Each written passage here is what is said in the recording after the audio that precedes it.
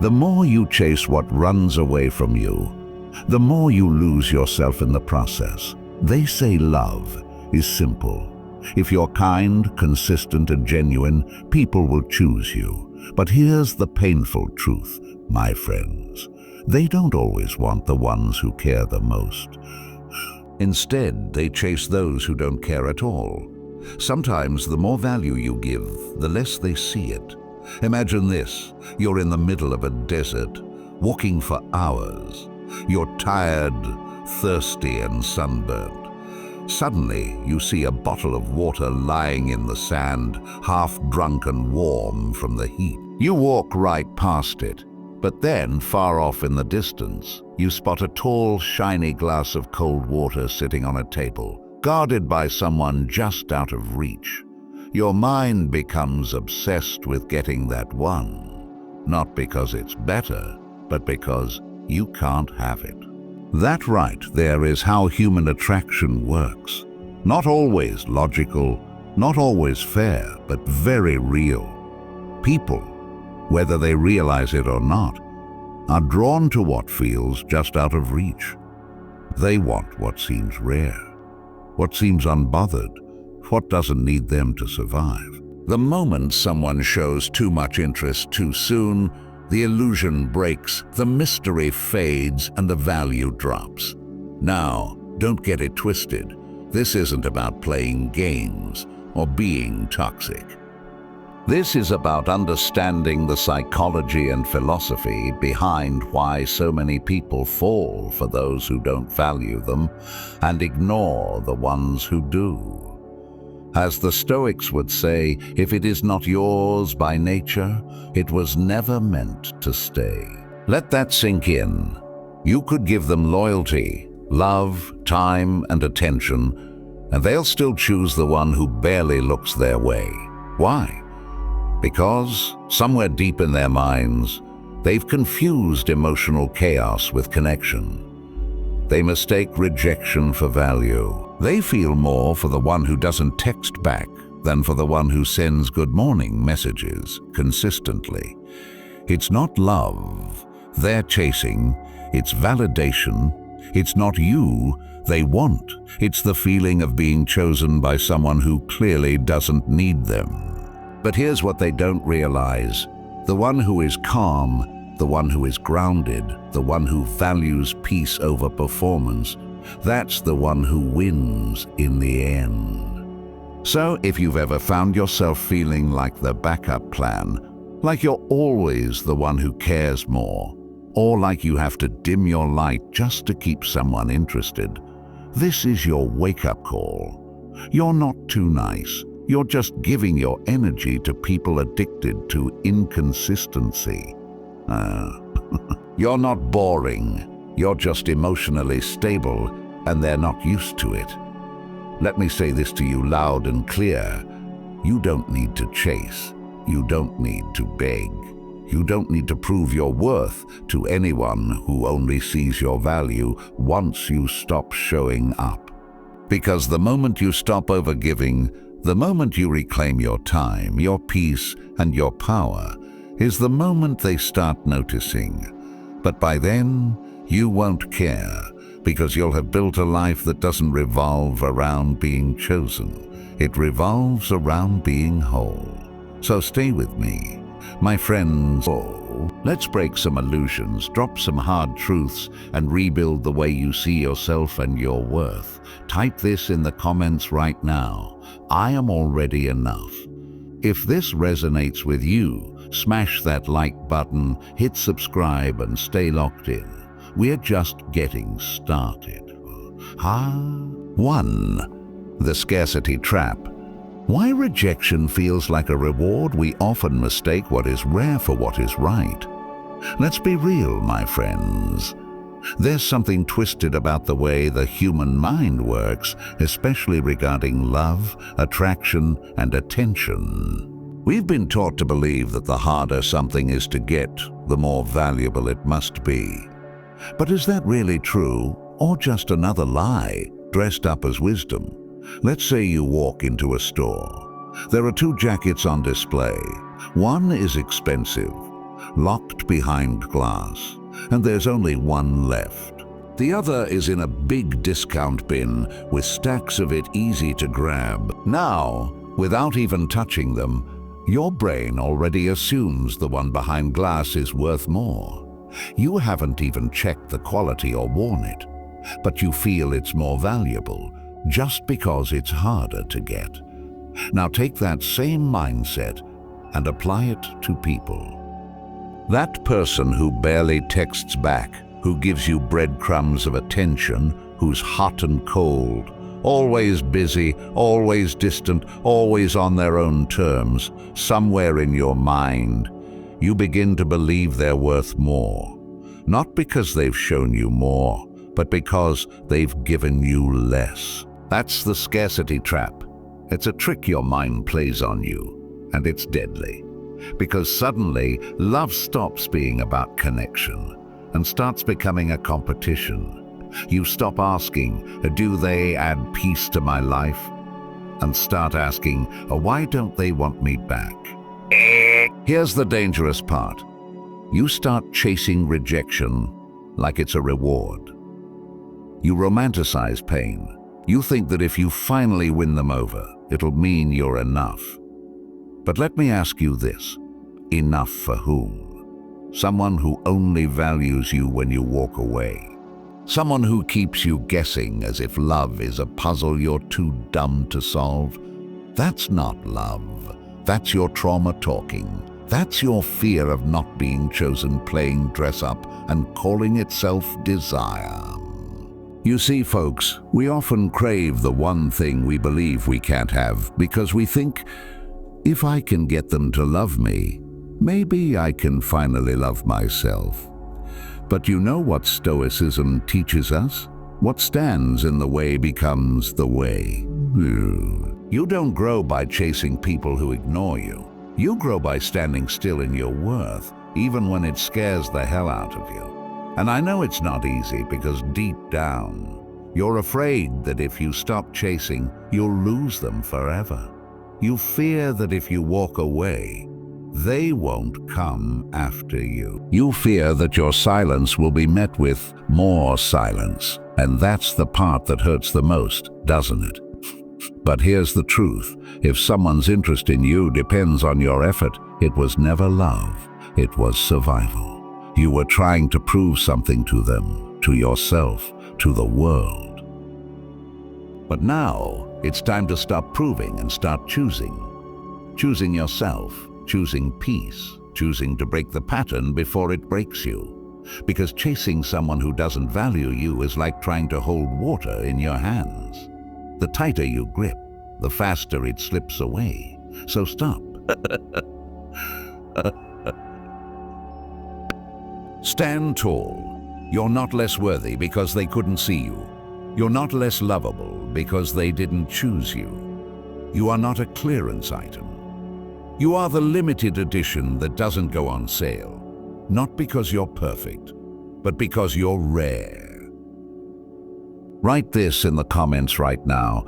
I no longer chase what devalues me. Let the world see it. Let yourself feel it. Let that be your standard from this moment forward. Because what's coming next? Oh, it's powerful. We're not just going to stop chasing what hurts us. We're going to understand why we were addicted to the pain in the first place. 2. Not every storm you chase was meant to be weathered.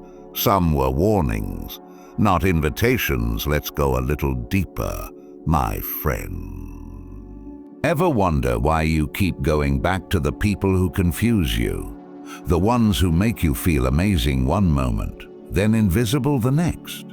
You tell yourself it's chemistry. But deep down, you know it's chaos. Yet somehow that chaos feels addictive. That's not by accident. That's by design. Your brain, your body, and your wounds have learned to respond to emotional highs and lows like it's a drug. Imagine you're on a roller coaster. The anticipation builds, your heart races, the drops and turns send your body into a frenzy, fear, thrill, excitement. When you finally get off, Your legs are shaking, your breath is short, and part of you wants to get right back in line to do it again. Why? Because your nervous system just got flooded with adrenaline, dopamine, cortisol. It doesn't care whether it was good for you. It just knows it felt intense. That's what toxic attraction feels like. It's not about love. It's about intensity, the pain, the silence, the sudden affection, the emotional whiplash. It all creates a cycle in your brain that mirrors addiction. The hot and cold behavior keeps you locked in because when they finally come back, when they finally show you a little bit of what you've been starving for, it feels like relief. It feels like you matter. It feels like victory. But it's not. It's just withdrawal relief. It's the moment the pain pauses, not the moment the love begins. And that's where the lie lives. You start believing that this is love, that the emotional roller coaster is proof that you're deeply connected. But let me ask you something. If love feels like fear, like guessing, like chasing, is it really love? Or is it emotional survival disguised as passion? The truth is, many of us were never taught what safe love feels like. So when someone shows up with calm energy, with stability, and with real presence, we say, I'm just not feeling it, not because it's wrong, but because it's unfamiliar. Some of you are bored by peace because you've been raised on emotional chaos. That's not your fault. But it is your responsibility to heal it. Because if you don't, you'll keep mistaking storms for soulmates. There's a quote I want you to remember. Don't confuse the thrill of being wanted with the peace of being valued. One burns fast and bright, then leaves you in ashes. The other builds slowly, quietly, deeply, and it lasts. But you can't feel that peace if you're still wired for panic. You can't receive real love if you're still addicted to the pain of being almost chosen. And I get it. The emotional highs feel good. They make you feel alive. That rush when they finally text back, that spike in your chest when they look at you with sudden interest. But let me tell you something hard. If the only time you feel loved is when someone finally stops withholding it, that's not love, that's manipulation. And you deserve better. Now, choosing better is hard because it requires unlearning. It requires walking away from what feels familiar, even if it still tempts you. It means sitting with silence instead of chasing closure.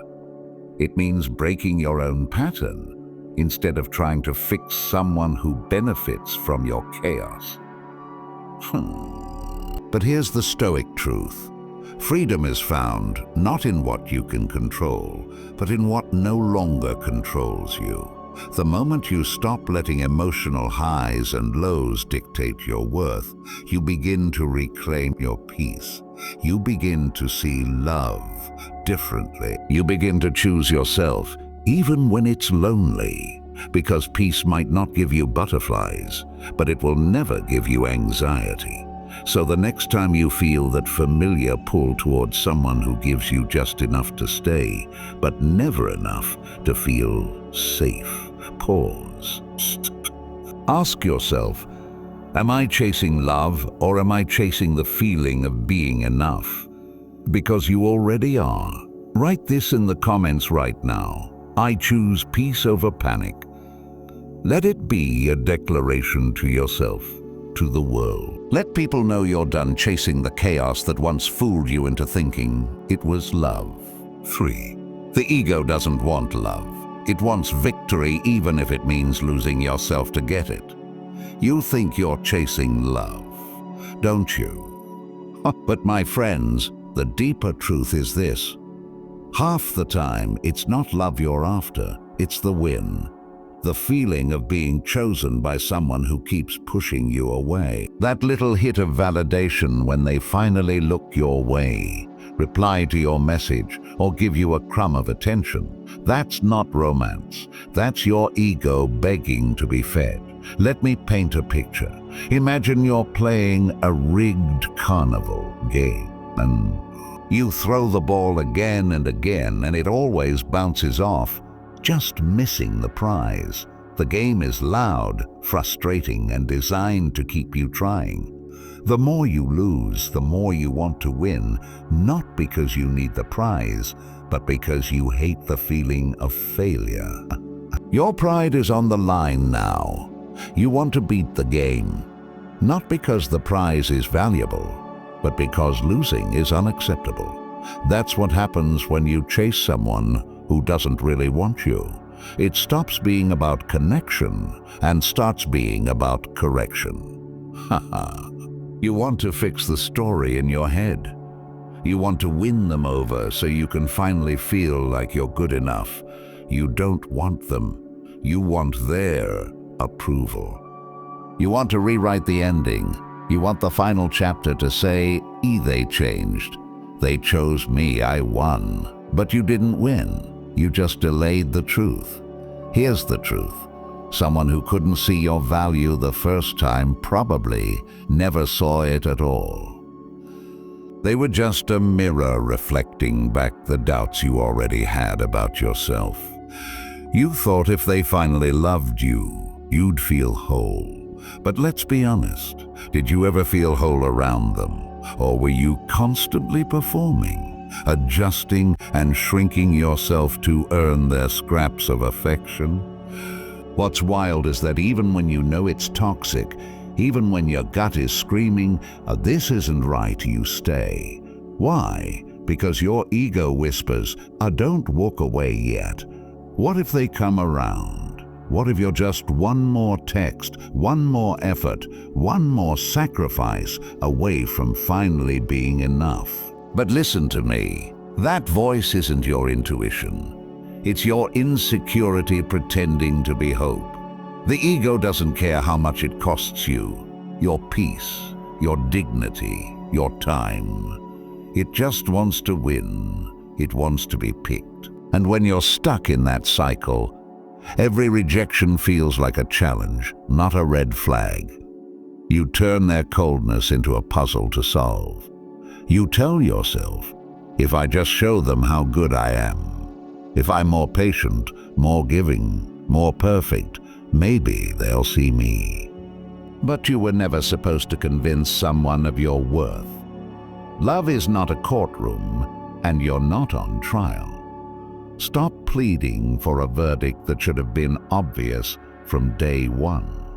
And let's break the illusion. If someone only wants you after you've suffered, waited, begged, or sacrificed your identity, that's not love. That's ego warfare. And the prize at the end? Emptiness. Because even if you win them, you lose the most important thing yourself. As the Stoics would say, what you chase out of desperation will never bring you peace. And peace, my friends, is where real power lives, not in their texts, not in their attention, not in the fantasy that maybe one day they'll finally see your value. It lives in that quiet moment when you say, I don't need to win them to feel like I matter. You don't need to fight for space in someone's life. You don't need to prove your heart belongs to someone who never earned it. And you sure as hell don't need to lose sleep over someone who's sleeping just fine without you. So the next time your ego flares up and says, go back, try again, win them, take a breath, step back, and ask yourself, is this love, or is this just my pride trying to fix a wound that isn't mine to fix? Because when you choose peace over pride, self-respect over chasing, and healing over hoping, you don't just walk away. You rise. And you rise in a way that no one can ignore. You rise in silence, in strength, in self-worth. And when they finally turn around to look for you, you'll already be gone. Write this in the comments right now. I choose peace over ego. Let it be your reminder, your vow, your new standard. Next, we're going even deeper. We're talking about why being loved, truly loved, feels terrifying for some people and why they run from it the moment it shows up. Stay with me. The healing is just getting started. 4. Some people don't run from love because they don't want it. They run because deep down, they don't believe they deserve it. Ever show up with your whole heart only to watch someone back away the moment you start getting close? They say they're looking for love. They say they want someone loyal, someone kind, someone real. But when they finally find that person, when you walk in calm, steady, and consistent, they flinch. They flinch, they pull back, they sabotage it. And you're left sitting there, wondering, what did I do wrong? The truth, my friends, is nothing. You just didn't fit the chaos they were used to. Let me explain. Imagine someone spent their whole life walking through storms. Every day, rain, thunder, unpredictable skies. That's their normal. That's what they know. Now imagine you come along, offering clear skies, warm sun, no sudden downpour, just peace. You'd think they'd be relieved, right? But instead, they get anxious. The silence makes them uncomfortable. The calm feels unfamiliar. They don't trust it. They keep looking up, waiting for the storm to come. Because in their world, love hurts. Love is inconsistent. Love is earned through pain. So when you give it freely, it doesn't feel safe. It feels fake. Here's the hard truth most people won't tell you. When someone hasn't healed, healthy love feels threatening. It shines a light on all the wounds they've hidden under temporary flings, emotional games, and half-built walls. Your consistency makes them nervous. Your kindness makes them suspicious. Your love terrifies them. Not because of you, but because of what it forces them to confront within themselves. You're not the problem. You're the mirror. When you show up whole, they see all the parts of themselves they've been avoiding, all the fears, insecurities, unresolved pain, and instead of stepping into healing, they run. Choosing you would mean letting go of their comfort zone, and some people would rather keep suffering in familiar pain than risk stepping into unknown peace. As the Stoics say, you cannot heal someone who clings to their chains. Some people are still holding on to their chains like trophies. They're proud of their detachment. They mistake emotional numbness for strength. They call it being guarded, but what they really mean is unavailable. So when they meet someone like you, someone open, someone real, it short-circuits everything they thought they understood about love. About love. But let's get real here. That's not your job to fix. You are not a rehab center for emotionally unavailable people. You are not a rescue mission. You are not someone's project. You are a person with depth, with value, with a heart that deserves to be received, not just tolerated. And I know what you might be thinking. Maybe if I just give them time, maybe if I just love them harder, maybe they'll come around. But my friend, love that you have to prove isn't love. It's performance. And the stage you're dancing on wasn't built for two. You deserve someone who doesn't need convincing, someone who doesn't look at your love and get scared. They look at it and say, finally.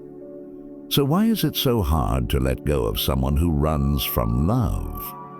Because deep down, part of you might believe the same thing, that real love is earned through pain, that peace is suspicious, that being chosen without a struggle means you didn't fight hard enough. That belief, that's your wound talking. That's your inner child still hoping to be picked by the ones who never learned how to love properly. But today, we bury that lie. You are not too much for the right person. You are not too deep, too loving, or too available. You are exactly right for someone who's ready. And if someone isn't ready, it's not your rejection, it's their reflection. So the next time someone pulls away after seeing the real you, let them. Don't chase, don't beg, don't shrink. Let them run while you rise. Because someone who is afraid of real love is not equipped to receive what you're offering. And the longer you hold on to them, the longer you delay what's meant for you. Write this in the comments right now. I will not shrink for love. Say it, type it, believe it, show them, show yourself, show the world that you will not apologize for being ready, real, and available. Stay with me, because in the next part we're getting into something powerful. The art of emotional detachment, how to stop reacting, how to reclaim your energy, and how to make your peace louder than their chaos. It's about to shift everything. 5. When you stop reacting, they start wondering. In your silence, they hear everything they ignored. Let's talk about something powerful. Emotional detachment. The moment you stop needing them to text back, stop checking their social media, and stop begging for scraps of attention, something shifts. Not just in them, but in you. Let in you. You become quiet, not cold, calm, not careless. And in that silence, you begin to remember who you were before they made you forget. You see, people are used to you reacting. They're used to the late-night replies. The "Are you okay?" The "Are you okay?" messages, the double texts, and the emotional chases. They've gotten comfortable with you over-explaining, over-giving, and overstaying. But when you stop, when your energy shifts, they feel it. Even if they don't say it, they feel the gap. That silence echoes louder than any argument ever could. Let me give you a visual. Imagine you're in a room where a radio has been playing static for hours. You've gotten used to the noise. It's annoying, but familiar. Then, suddenly, it stops. The silence hits, and now you notice how loud the quiet actually is. That's what happens when you pull your energy back. That's what your detachment sounds like to them. Not indifference, just absence. A loud, unmistakable absence. And that's when curiosity creeps in. Why aren't they texting like they used to? Why do they seem okay? Have they moved on? So that's the part they never saw coming, because they thought you'd always be there. They thought your presence was guaranteed. They believed they could disappear and come back whenever they felt like it, and you'd be waiting with open arms. But when a high-value soul goes quiet, it shakes the ground.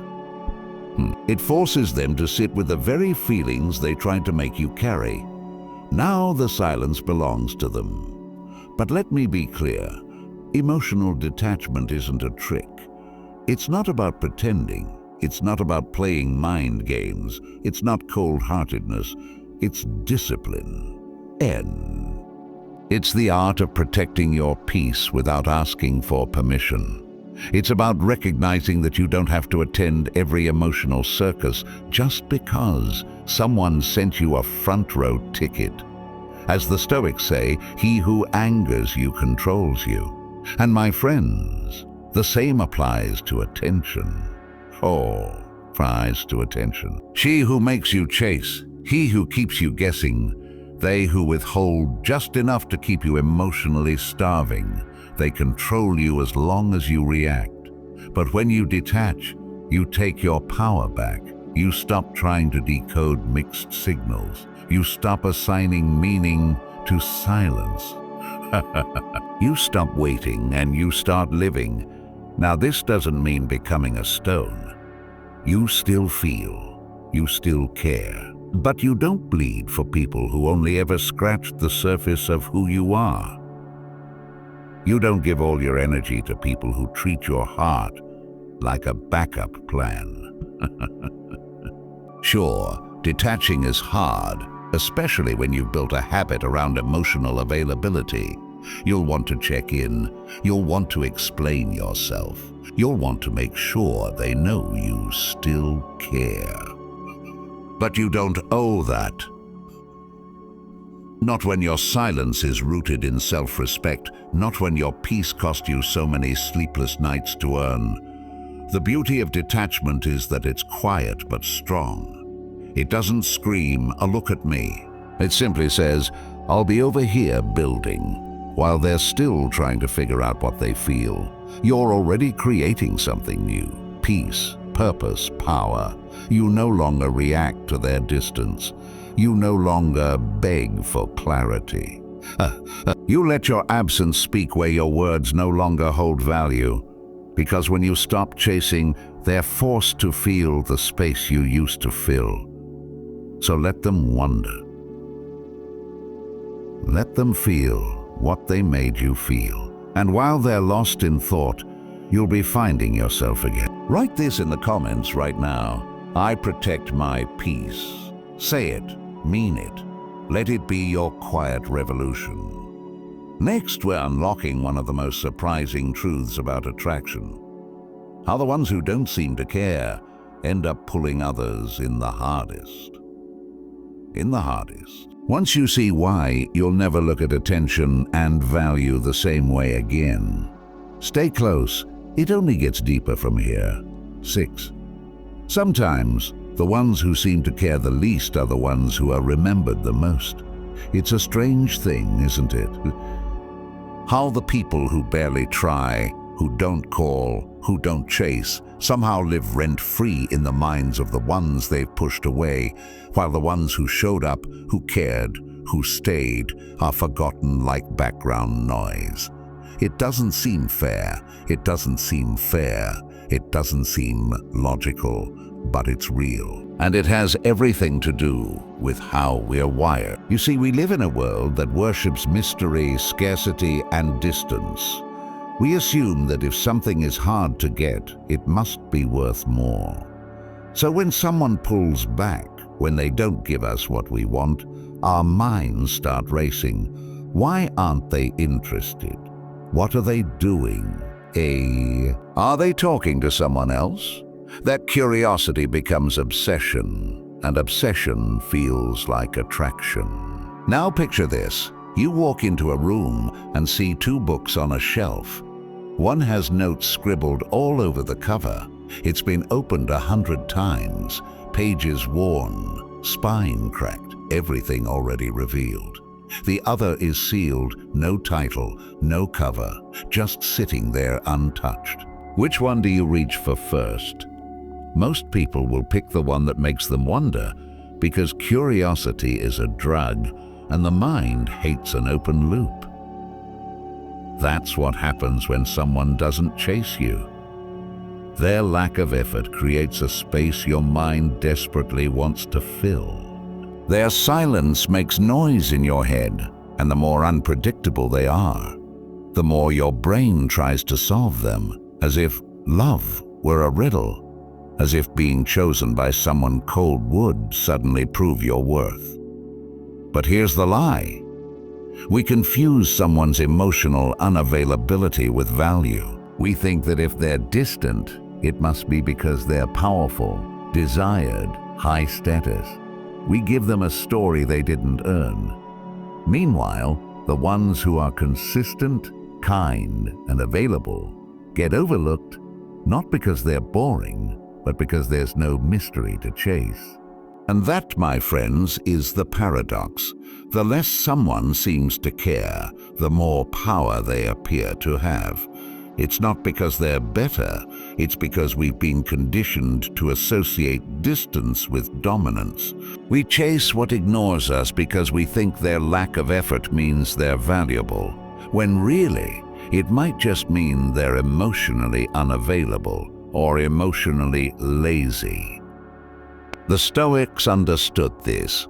They taught that desire is often born from illusion, from false perceptions we place on people who haven't even proven their worth.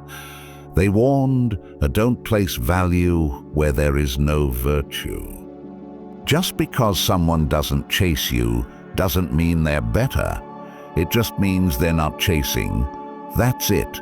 Everything else you built in your mind. But let me flip the script for you. What if you became the one who doesn't overgive? The one who doesn't always reach out first? The one who stops proving and starts observing? You see, when you shift from chasing to choosing, everything changes. Suddenly, you're not the one creating value in others. You're the one standing in your own. And that right there is magnetic. People don't miss those who were loud and desperate for attention. They miss the ones who were silent but significant. The ones who knew their worth and didn't give it away for free. The ones who didn't need validation to feel whole. That kind of energy sticks to people. It lingers in rooms long after you leave. It echoes in their silence. You don't have to fake detachment. You just have to build a life so full, so rich, so purpose-driven that their attention becomes optional, not essential. When you live like that, people feel it. They sense it. And whether they admit it or not, it draws them in. Because confidence isn't loud, it's unbothered. So if you've ever felt invisible for being kind, overlooked for being real, or forgotten for being consistent, understand this. Your time is not wasted. It was just given to the wrong audience. The right ones don't need you to disappear to see your value. Write this in the comments right now. I no longer chase indifference. Say it with conviction. Let the world see what quiet strength looks like. Let them feel the shift when you finally stop giving energy to people who only become curious once you stop caring. Stick with me, because next we're going to flip the whole game. We'll talk about why you should stop trying to be the one they choose and start becoming the one they regret losing. This is where the power starts to turn. Don't go anywhere. 7. Don't waste your life trying to be the one they choose. Become the one they never recover from losing. It's wild how much energy we spend trying to be enough for someone else, trying to be chosen, trying to be picked. We dress it up as love, but let's call it what it really is. Fear. Fear that if they don't want us, we must not be valuable. Fear that if they walk away, it means something's wrong with us. So what do? We adjust. We shrink, we overcompensate, we try to impress people who wouldn't even notice us if we went silent for a week. And in doing so, we forget who we are. But let me hit you with the truth, my friend. Your power doesn't come from being picked. It comes from being at peace with not being picked. It comes from knowing your value without waiting for someone else to validate it. Because when you chase approval, you hand them the pen and let them write your story. But when you stop chasing, when you stand still in your worth, you become unforgettable. Not because you begged to be remembered, but because you never needed to be chosen to be complete. Think of it like this. Imagine two people standing at a riverbank. One is waving, shouting, trying to get someone across the river to notice them. The other stands still, calm, focused on their own journey. Guess which one leaves a lasting impression? It's not the one making the most noise. It's the one who radiates quiet power. The one who doesn't need to convince anyone. The one who says without words, "You'll realize what I was once you can't reach me anymore." That's who you need to become. Stop trying to be the one they pick. Because even if they choose you, you'll spend the entire relationship trying to keep their attention.